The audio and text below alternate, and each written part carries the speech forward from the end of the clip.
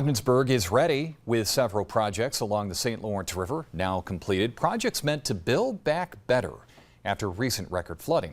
7 News reporter Zach Grady was there for the ribbon cutting. 4 riverfront projects in Ogdensburg now completed.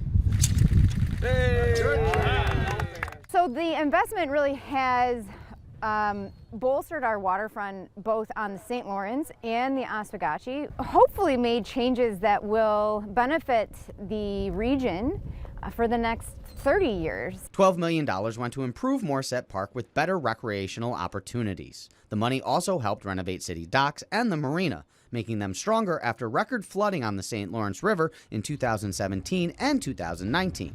The other 2 projects were improving the shoreline at Greenbelt Park and along the Maple City Trail. The state finally stepped up and recognized that there was a problem, and they responded appropriately and put some money and put some effort behind making our shoreline, fortifying our shoreline, making it resilient. The REDI program is one that really worked right. It went to places that need it to protect infrastructure and develop economies along the river and the lake. This is smart investment, and it's a great day for Ogdensburg. Of the $12 million, $8 million came from the state. The city invested another $4 million. As we develop more raw land, we'll have more marinas and places for people to come here and boat and enjoy their recreation vehicles.